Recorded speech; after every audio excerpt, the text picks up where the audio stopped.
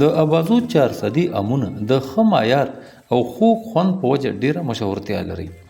باغوانان وایي چې د ابازو امونه د ملک دننه او بیا په ځینو بهرنیو هیوادونو کې هم ډیر خوښیږي او دوی ته ګټه هم کوي.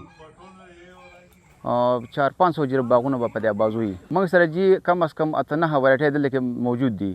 په دې کې دوسیرم شته، دې کې لنګلم شته، دې کې انور ټول شته، سندري شته، فجري ده پکې، چونسا ده پکې، داسې دوه درې ورایټۍ نور هم پکې شته. خو مشهور چې پکې کم دي هغه تاسو چې کوم ما یاد دا ډېر مشهور دي ماشاءالله دي. لکه چې څونه ښه خصمانه وکړې نو هغه نه به باغ ښه راځي، او که نه بېکاره مطلب د اوس تا نه 10 بورې خاوره غواړي ته ورته 8 واچې نو د هغې به څه دغه ونه کړي.